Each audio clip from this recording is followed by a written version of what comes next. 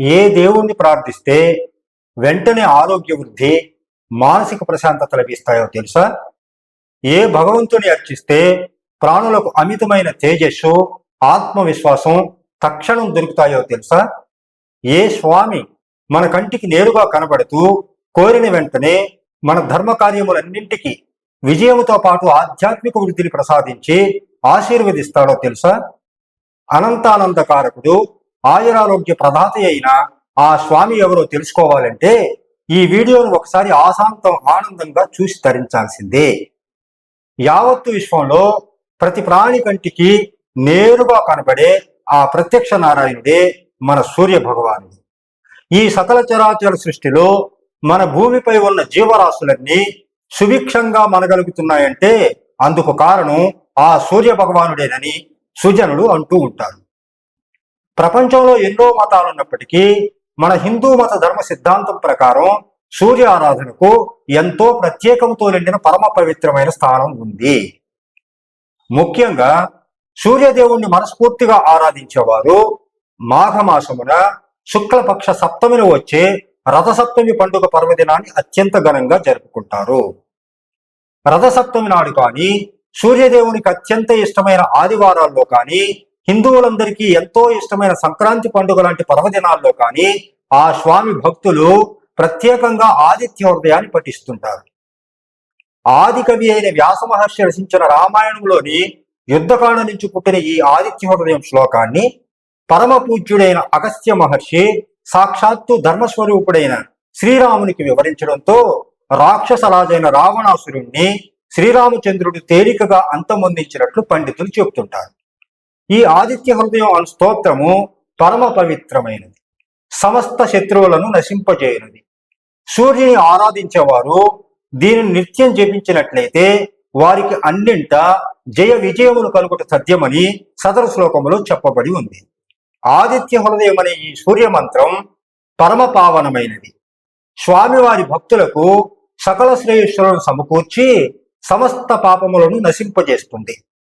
సర్వజపములలో ఇది అత్యంత శ్రేష్టమైనది. సూర్య భగవానుడు గొప్ప గుణవంతుడు. ఆయన నిరంతరం తగలబడుతూ యావత్తు విశ్వానికి మేలు చేకూరుస్తాడు. అనంతమైన బంగారు కిరణములతో నిత్యం శోభిల్లుతూ మన జగతిని జాగృతి చేస్తుంటాడు. అందుకే దేవతలు, రాక్షసులు, మానవులతో పాటు సకల ప్రాణులు ఆయనకు ప్రణమిల్లుతుంటాయి. ఆదిత్యుడు అనబడే సూర్య భగవానుడు దేవతలందరికీ ఆత్మ వంటివాడు, తేజో రాశి. తన కిరణముల చేత లోకములకు శక్తిని, స్ఫూర్తిని ప్రసాదిస్తుంటాడు.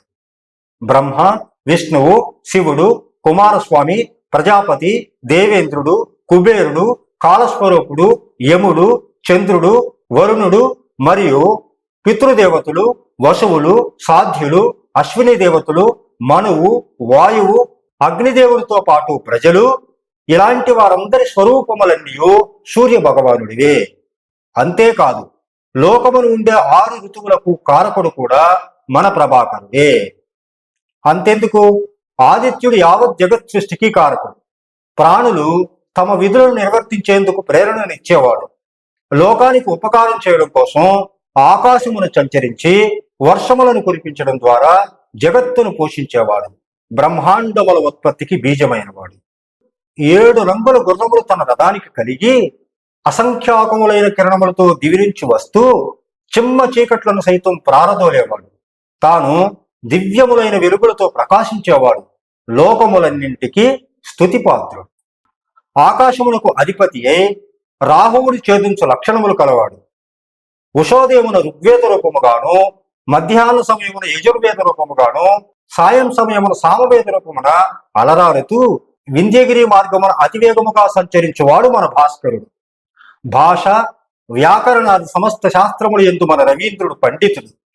గ్రహములన్నింటికి నడుమన చేరి విశ్వమంతటిని నిర్వహించువాడు. ఎంతో గొప్ప తేజస్సు కలిగిన వాడు. సమస్త ప్రాణుల ఉత్పత్తికి కారణమైన వాడు.